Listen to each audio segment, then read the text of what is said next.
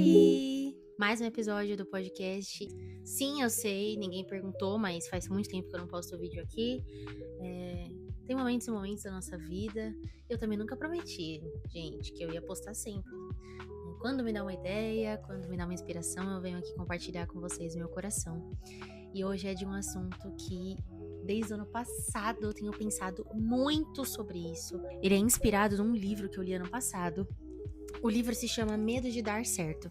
Eu li no Kindle, inclusive eu acho que esse livro está no Kindle Ilimitado. Se você paga o Kindle Ilimitado, vale muito a pena, porque você vai amar. Só isso, né? Vou colocar a fotinha dele aqui pra vocês verem. Eu acho que vale até comprar ele físico pra ter ele. É um livro que realmente vale a pena. Mas se você tiver o Kindle aí, é uma ótima alternativa. Então, muito do que eu vou falar hoje, até algumas frases, as histórias, é tudo baseado nesse livro. Não vou falar tudo sobre ele, até porque se você quiser ler também vai ser uma excelente leitura pra você, mas eu vou compartilhar algo que me tocou muito, né? Que é sobre o medo de dar certo. E me chama muita atenção logo o título, porque popularmente a gente fala que geralmente a gente tem medo das coisas darem errado. Nossa, eu morro de medo, e a gente cria cenários muito terríveis na nossa cabeça. E se dá errado? E se eu tentar isso e não dá certo? O que eu vou fazer? Eu não tenho mais plano B, né? Mas, e se eu falar que, na verdade, a gente tem muito mais medo das coisas darem certo do que darem errado? Mas, Amanda, é óbvio que eu quero que as coisas deem certo. Eu quero que a minha vida dê certo, que eu tenha muito sucesso, eu sei onde eu quero chegar. Eu também quero que as coisas deem muito certo. Mesmo porque a gente foi ensinado a desejar isso. Mas o que é dar certo pra você? Será que dar certo te assusta? Talvez o dar certo na nossa vida envolva muitas mudanças. Mudanças que talvez a gente ainda não sabe sustentar. E essas mudanças vão exigir que deixemos muitas coisas para trás, inclusive os nossos pensamentos. Alguns pensamentos, ideias suas e mais ainda, o julgamento que as pessoas têm sobre você. Então, bora para o episódio de hoje, a gente vai falar muito sobre isso. Esse livro, Medo de Dar Certo, é escrito pela Natália Souza, ela é dona do podcast Para Dar Nome às Coisas. É um podcast incrível, fica aí a indicação para vocês também. E esse livro nasce de uma narrativa da vida dela, quando ela se deparou com o medo de dar certo. Coisa que já acontecia desde a infância dela, mas ela só foi descobrir e começar a perceber na vida adulta e escreveu esse livro maravilhoso. E aí eu vou contar uma história pra vocês que é a narrativa, assim, do livro, que é a que mais me chama a atenção. E essa história me marcou tanto, tanto, tanto, já contei ela pra vários pacientes. Quando a gente tava falando nesses assuntos, já falei com vários amigos também sobre isso, indiquei esse livro pra Deus e o mundo quando eu tava lendo ele. E essa história, ela começa quando a Natália tinha 13 anos de idade, ela fazia parte de um grupo de natação da cidade dela. E ela nadava muito bem, pelo que ela fala aqui, eram horas e horas de treino. Só quem praticou algum esporte na adolescência de alto rendimento sabe do que eu tô falando, né? Me identifiquei muito porque eu passei horas e horas da minha vida, da minha semana, do meu dia dentro do balé. E ia ter um campeonato na cidade, onde todas as escolas de natação do bairro iam participar desse campeonato. O professor dela chegou, disse quem queria se inscrever para esse campeonato, e depois chegou para ela e falou: Olha, Natália. E aí ela pensou: Não, não quero, obviamente não quero. Mas depois ele chegou para ela e falou: Natália, eu já te coloquei porque você é que vai representar a nossa escola. E aí ela falou: Meu Deus, não tenho muita opção. Ok, eu faço isso. Ela começou a treinar exaustivamente para o campeonato. Diante do que o professor falava e todo mundo falava, ela era vencedora, né? Diante de todas as escolas do bairro e os alunos que iam competir, ela era a que fazia o melhor tempo. Então, meio que todo mundo já sabia que ela ia ganhar.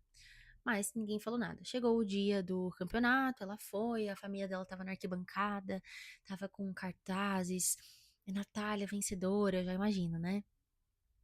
Todo mundo torcendo, todo mundo sabendo que ela ia ganhar.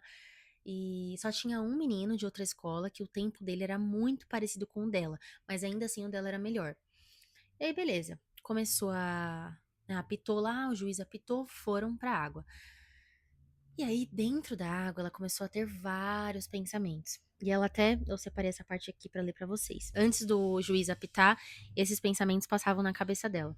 Tudo parecia estranho. Eu era a melhor nadadora da turma, mas me sentia a mais amadora de todas. Foi só ser colocada em posição de destaque para que eu me sentisse sem repertório, sem conhecimento, sem sagacidade. Dentro e fora da piscina parecia a mesma coisa. Eu estava me afogando, onde até então eu nadava com excelência. Mais tarde eu ia descobrir que essa sensação era um sintoma evidente do medo de dar certo. Quando ele entala, você se sente amador, vulnerável e infantil.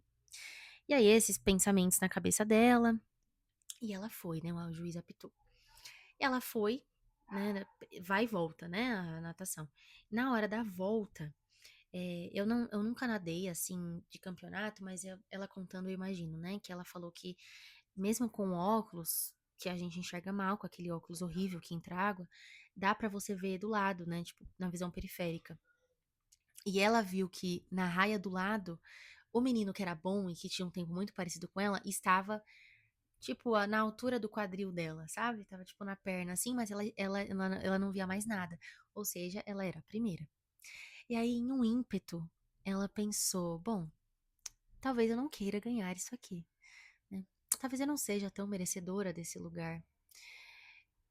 Acho que eu vou desacelerar um pouquinho pra ele passar de mim e eu fico em segundo. E foi o que ela fez. Acabou a competição ali, o menino levou o primeiro lugar, ela levou o segundo. O professor dela falou: o que aconteceu? Você estava indo tão bem, você estava em primeiro, o que aconteceu ali? Ela falou: ah, é que entrou água no meu óculos. É que, né, as desculpas que a gente dá, né? E, pelo que eu entendi no livro, até hoje ela não tinha contado pra ninguém essa história, né? Uma história que ficou é, só com ela durante muitos anos e ela não contou pra ninguém que ela mesma se sabotou nesse lugar. E eu fiquei pensando que talvez a gente, eu, você, a gente tenha histórias muito parecidas com essa. No fundo, a gente pensa: quem sou eu para realizar um desejo desse? Quem sou eu para realizar esse sonho? Quem sou eu para ocupar esse lugar que, poxa, parece tão distante? É uma sensação de que talvez esse lugar não seja para mim. E se eu acho que não é para mim, como eu poderia me imaginar ocupando aquele lugar? É como se existisse uma linha invisível e a gente não se autorizasse a ultrapassar ela. Essa linha pode ser milhares de coisas e a gente vai falar sobre isso. Mas, gente, no geral, assim, eu acredito que o medo de dar certo, ele é muito cruel. Ele é mais cruel do que o medo de dar errado. Porque ele esconde, primeiro porque ele é sutil, né? E porque ele esconde a sensação de que a gente não merece resultados bons, de que a gente não merece coisas boas, de que a gente não merece uma boa vida. Porque talvez você esteja tão acostumado com o caos, com o problema, que imaginar a sua vida sem esse caos é bem desconfortável, né? E quando o conforto tá no caos, a paz assusta. Isso a teoria do apego vai falar muito. Ela vai falar que a gente é fruto do que nós estamos acostumados. Nós somos frutos, nossas relações são frutos do que a gente conhece, né, do conhecido. Então, por exemplo, uma pessoa que cresceu em um lar extremamente ruim mesmo, né? Não é nem disfuncional, porque funcionava, mas seria uma parada bem desestruturada, né? Funcionava no caos, né? E a gente acaba se acostumando com isso, né? Uma criança que nasce em um lar agressivo, com pais violentos, é muito natural e esperado que, se ela não tivesse a consciência, ela vai escolher um parceiro também de vida também violento. Porque a violência é o que ela conhece. É um caos, óbvio, mas é o conhecido. Tudo aquilo que é conhecido me dá segurança. Aquilo que é desconhecido me dá insegurança, porque é um caminho novo. Isso tudo acontece, gente, na nossa vida financeira, na nossa vida profissional, nas nossas relações, né? Tudo depende da forma que eu cresci, com quem eu cresci, o que que essas figuras que eu cresci me ofereceram e como me ofereceram. Se na sua família o dinheiro sempre foi um tópico difícil, né? Sempre foi vivendo naquela escassez, uma relação com o dinheiro tóxica, nunca conseguia fazer nada, nunca fizeram uma viagem. A falta da organização financeira, isso impacta muito uma família. Dívidas constantes, muito sacrifício, muito trabalho suado dos pais. A criança cresce vendo isso, e foi com isso que ela se acostumou. E aí, dar certo financeiramente é um susto. É um susto porque desafia o conhecido. Tenho uma amiga que ela fez uma viagem para a Argentina, primeira viagem internacional dela, e ela compartilhou isso no Close Friends, eu achei isso muito interessante. Ela falou: gente, eu tô me sentindo culpada em ir viajar para fora porque a minha família nunca fez isso. Eu tô me sentindo culpada porque eu tô indo com meu marido, porque hoje a gente tem uma condição boa, Mas a minha família continua aqui, eles vão continuar não fazendo uma viagem internacional e eu me sinto muito mal por isso, porque hoje eu tenho uma realidade que eu nunca tive. Hoje eu ganho um dinheiro que eu nunca ganhei. E, gente, boas escolhas também são difíceis de serem tomadas. Caminhos certos também são caminhos difíceis. E desafiar esse conhecido nosso, né, esse lugar seguro que a gente fica, exige muita energia e principalmente muita coragem. O nosso cérebro, instintivamente, a teoria do apego fala, que vai buscar a segurança, o que é conhecido, né? Eu não gosto de falar que a gente se acostuma com uma zona de conforto. Eu não acho que é uma zona de conforto, porque não é confortável viver assim, mas é uma zona conhecida, uma zona onde eu já sei como agir. E a Natália, voltando para a história, ela achava que não merecia esse lugar de destaque. E muitas vezes a gente faz a mesma coisa que ela, faz de tudo para perder esse lugar. E aí quando a gente perde, a gente dá as famosas desculpas, né? Ah, não, acho que eu não estava preparada assim, é porque Deus sabe o que faz, né? Não, não era para ser. O que tiver que ser, vai ser. Quando na verdade, foi você que perdeu o prazo da prova. Foi você que não estudou direito. Foi você que não priorizou uma coisa que era o seu sonho. Foi você que teve medo de ocupar lugares novos. Por medo do que iam pensar. Por medo de você não dar conta. E ela conta outra história nesse livro, gente. Esse livro é cheio de história. É maravilhoso, porque são histórias reais. Porque, pelo que eu entendi, ela compartilhou nas redes sociais essa parada de medo de dar certo, deixou o e-mail dela e ela foi recebendo várias histórias, né? Pediu para que as pessoas enviassem histórias para ela com relação a isso e ela vai colocando no livro essas histórias. Então é muito legal porque a gente vê na prática e se identifica muito, né? Não é só teoria. E aí tem uma história de uma menina que morava no interior de Minas Gerais, interior de uma cidade, nem lembro se era Minas Gerais, eu acho que era. No interior de um lugar e ela conheceu um menino pela internet. E ela trabalhava home office nessa cidade e tal, então ela não ia presencial. Teve um dia que ela veio para São Paulo para fazer alguma coisa, que eu acho que era relacionado à empresa. E o menino que ela conhecia e eles se gostavam era de São Paulo. Então era a oportunidade única que eles tinham de se ver, né? Ela ficou em um hotel e aí eles combinaram de se encontrar numa cafeteria de manhã. Ela acordou cedo, ela se arrumou, né? Lógico, quando a gente vai encontrar alguém pela primeira vez, pô, acordo 3 horas antes, né? Finalizo o cabelo, faço a maquiagem, me arrumo, tudo certinho, tomo café da manhã. E ela fez isso, né? Só que aí na hora de sair, ela pensou, puxa, mas eu vou ver ele hoje e depois. Eu vou ter que voltar pra minha cidade, porque acho que eu não vou sair de perto da minha família. Eu acho que essa relação não vai dar certo. E aí o medo, né? Ó o medo de dar certo. E aí ela manda mensagem pra ele e fala: Olha, eu acabei de acordar, eu tô muito atrasada e eu realmente não vou conseguir estar aí com você. Mas eu espero que numa próxima a gente se veja. Não houve próxima. Porque se eu tenho medo de ocupar lugares novos, é melhor eu imaginar que vão me julgar. E assim eu me defendo não indo, não fazendo. Ai, minha família não vai gostar disso. E aí eu não faço. Puxa, mas talvez eu acho que eu vá perder o ciclo de amigos que eu tenho fazendo essa escolha. Então você não faz. Não ir parece muito mais seguro do que se expor. Mas será que é tão mais seguro assim? Ou só é diferente? Olha essa frase que ela fala. Eu não sabia me ver grande, ocupando um espaço que eu acreditava ser enorme. No fundo, achava que não merecia aquele reconhecimento, aquele lugar de destaque. E quando eu não me vejo nesse lugar, eu não sustento ele. E eu penso, gente, que isso é extremamente cansativo, né? Viver no medo de dar certo. Pra mim, o que pega muito é a opinião das pessoas. Eu acho que pra maioria das pessoas, assim, que eu atendo, que eu tô perto também, a opinião das pessoas é algo que trava muito a gente, né? Pessoas que eu tô tentando corresponder à expectativa delas o tempo todo. E aí, talvez a gente esteja tentando corresponder a uma expectativa que nem exista. A gente acha que o outro acha o que ele acha que pensa da gente. Olha que coisa louca. Será que eu sou capaz de entender que todo mundo é muita gente e que eu posso desagradar algumas pessoas? É tão louco isso que quando eu penso na opinião dos outros sobre mim, eu passo a acreditar que aquilo que eu penso de pior sobre mim, as outras pessoas também pensam. Por exemplo, eu, Amanda, tenho muito medo das pessoas me verem como arrogante. Como eu tenho medo de ser arrogante, eu acho que o outro vai me ver como arrogante. E na verdade a gente tem muito mais medo das pessoas confirmarem o que a gente pensa sobre a gente mesmo do que realmente ser. Faz sentido esse pensamento? Só que o grande problema disso é que nós pensamos coisas muito cruéis sobre a gente mesmo. Não sei você, mas a autocrítica por aqui tá sempre presente, né? Sempre pode ser melhor, sempre pode ser de outro jeito, eu deveria estar fazendo de outro jeito, eu deveria estar fazendo isso, eu deveria estar fazendo aquilo. Nossa, eu sou muito isso, nossa, eu sou isso, eu sou aquilo. E aí, ó, chibatada nas costas. Nós somos muito críticos com a gente mesmo, logo a gente pensa que o outro também é.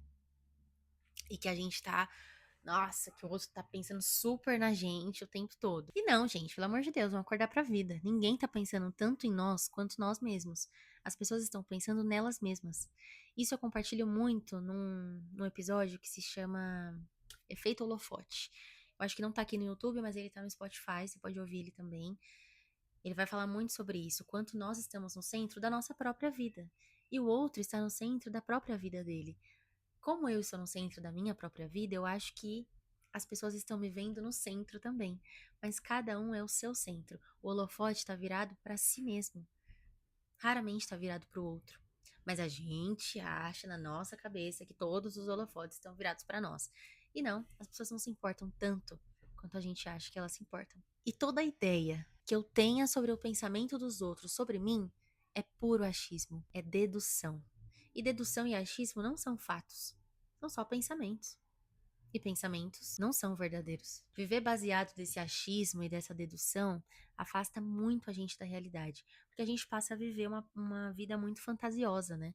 Eu vivo a partir do que eu acho que o outro pensa de mim. E esse pensamento do holofote faz a gente mudar de perspectiva e enxergar a realidade como ela é. Inclusive, falando sobre a arrogância, quando eu penso no oposto da arrogância, a gente fala sobre a humildade. E a gente tem o imaginário que se eu me excluir da minha própria felicidade, eu estou sendo humilde. E que dar as costas para oportunidades maravilhosas, eu estou sendo humilde. E se eu não estou expondo aquilo que eu sei, eu estou sendo humilde, porque se eu falar o que eu sei, eu vou parecer arrogante. Se eu abraçar uma oportunidade diferente do que esperam de mim, eu vou estar sendo arrogante. Ou se eu buscar aquilo que eu quero de melhor para minha vida, se eu abraçar a felicidade que está disponível para mim hoje, eu vou estar sendo arrogante. Quando na verdade, isso não é nem um pouco parecido com humildade. No livro ela fala 3 frases sobre humildade e eu anotei elas até nas minhas notas para eu nunca esquecer isso. Humildade é brilhar em seu potencial máximo. Humildade é ver a realidade como ela é. Ser humilde é ser do próprio tamanho. Quando a gente finge ser humilde, aí é que a gente está sendo arrogante. Quando eu não sou do meu próprio tamanho, tento me diminuir ou me aumentar, estou sendo arrogante e orgulhoso. Mas quando eu me coloco no meu tamanho, no meu lugar, tenho consciência que eu não sou melhor do que você, nem você é melhor do que eu, mas eu sei coisas que você não sabe e vice-versa. Eu tenho que aprender com você. E tá tudo bem eu expor o que eu sei também para que você aprenda comigo. Mas o que eu sei, eu posso compartilhar. E até esse podcast é fruto desse pensamento, que eu luto contra ele todos os dias. Será que vão me achar arrogante? O que a gente tem é o medo do sucesso, né? Sucesso eu acredito que seja algo extremamente pessoal. E eu não acho que a gente tenha medo do sucesso em si. E a Natália vai falar muito disso no livro. A gente tem muito mais medo das ideias que a gente tem sobre sucesso. Toda essa ideia que a gente tem sobre sucesso e sobre dar certo, ela precisa ser reformulada. E para uma ideia ser reformulada, eu preciso entender minimamente quais ideias que não estão de acordo com a realidade. Claro que isso a gente vai descobrir melhor com autoconhecimento, né? Os meus pensamentos que estão completamente distorcidos, a minha forma de ver o mundo que está distorcida. Isso a gente trabalha muito em terapia, mas é algo também que ao longo da nossa vida a gente vai identificando, né? Puxa, por que eu tô pensando dessa forma? Nossa, eu tô repetindo o mesmo padrão que meu pai fazia, sabe? E essas ideias, gente, elas fazem parte de um roteiro familiar. Elas vêm de geração em geração. E talvez até você esteja vivendo uma vida que é um roteiro que a sua família fez pra você, não que você escolheu. E ela vai falar uma frase nessa parte do livro que diz: até quando você vai continuar com essa lealdade à história da sua família? Até quando vai seguir um roteiro criado por seus familiares? E romper com isso, gente, traz uma culpa enorme, né? Puxa, eu não tô honrando a minha família, não tô honrando o lugar de onde eu vim. quando na verdade é só medo de trilhar caminhos desconhecidos. E esses caminhos talvez nunca tenham sido trilhados por nossos pais. Ah, eu tenho medo de ser maior que eles, eu tenho medo de parecer que eu sou melhor do que eles. Mas não corresponder às expectativas dos seus pais, da sua família, não é o mesmo que rejeitar a sua família. É só escolher um caminho diferente. E essas figuras paternas que vivem num contexto bem egoísta, elas geralmente colocam muita culpa nos filhos, querendo que eles deem retorno para eles, né? Puxa, você me deve porque eu sacrifiquei a minha vida por você. Então, mas você sacrificou porque você quis, né? Você teve um filho. É muito errado o pensamento de que o filho deve alguma coisa aos pais. Mas se você cresceu num contexto saudável, os seus pais certamente querem que você seja melhor do que eles, né? Eu quero que a próxima geração seja melhor do que eu. E ir além desse pensamento, eu acredito ser uma forma de amor, mesmo que pareça o contrário. Mas só parece. O julgamento que o outro tem sobre mim não é um problema meu. Tá, Amanda, entendi. Tenho medo de dar certo. Tenho essas ideias erradas e distorcidas do que é sucesso. Tenho muito medo de fazer diferente e trilhar caminhos desconhecidos. Tenho medo de ser arrogante, mas eu entendi que a humildade é ser exatamente do tamanho que eu sou. Mas tudo que eu faço, eu quero ser muito perfeccionista. Tudo que eu faço tem que ser perfeito, Amanda. Senão, eu nem faço. Será que é perfeccionismo?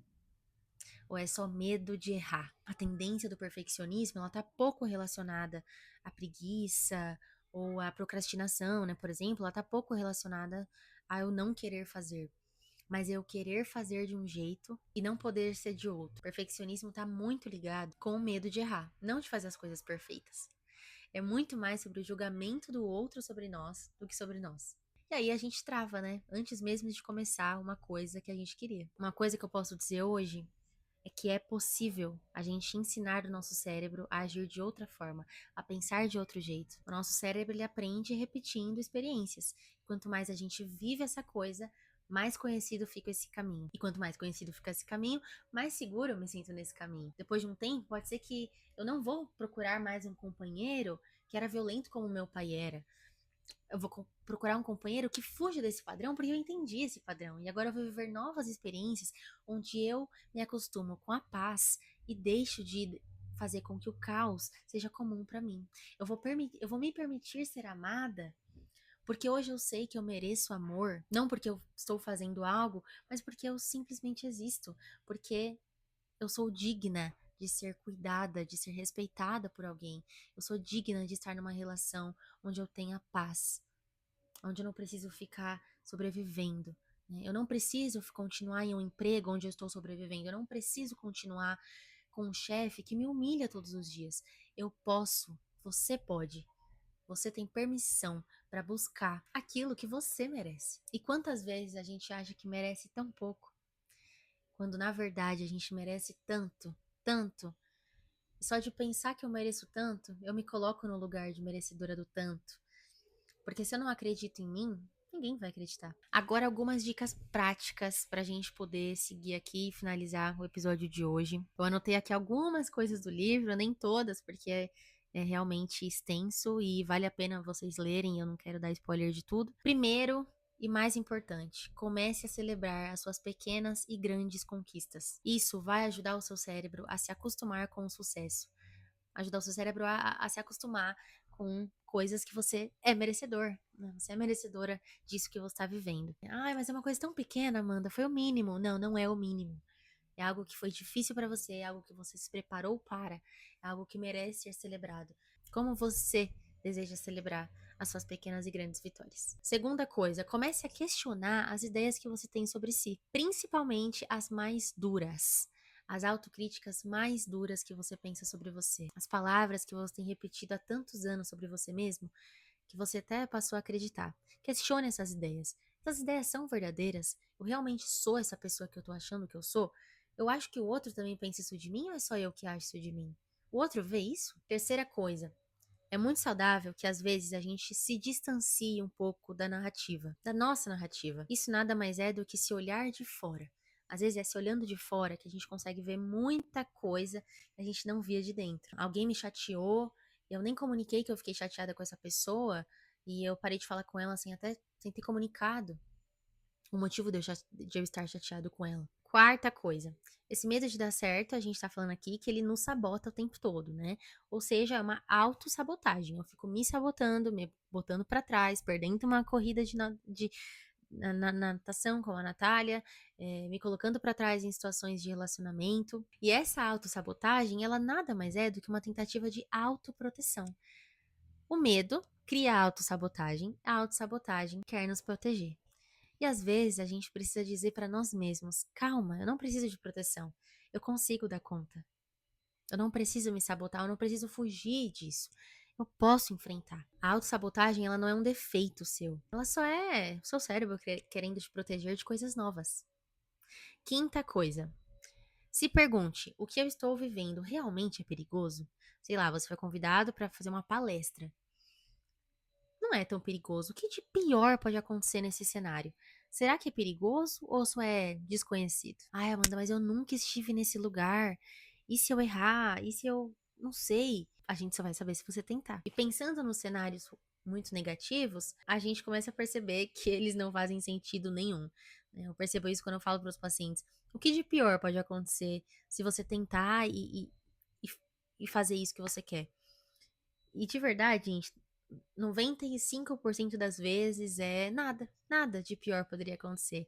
Só acontece aqui. E principalmente, última dica, vai com medo mesmo. Uma frase que eu gosto muito, que eu acho que é desse livro também: coragem é para quem tem medo. A coragem é um recurso para se usar quando tudo parece escuro, quando tudo parece um breu. Quem é corajoso não precisa do recurso da coragem. Já tem coragem mesmo. E a coragem, dificilmente ela vai vir antes. Normalmente ela vem durante. Pra gente finalizar, fica uma reflexão, uma pergunta pra você pensar. Você está esperando a autorização de quem para sustentar a vida que você diz que quer ter? Essa é uma boa reflexão e faz a gente questionar o porquê da gente não ter começado alguns planos e sonhos em direção ao caminho que a gente quer trilhar. Até o próximo episódio. Se cuida. Beijo. Tchau, tchau.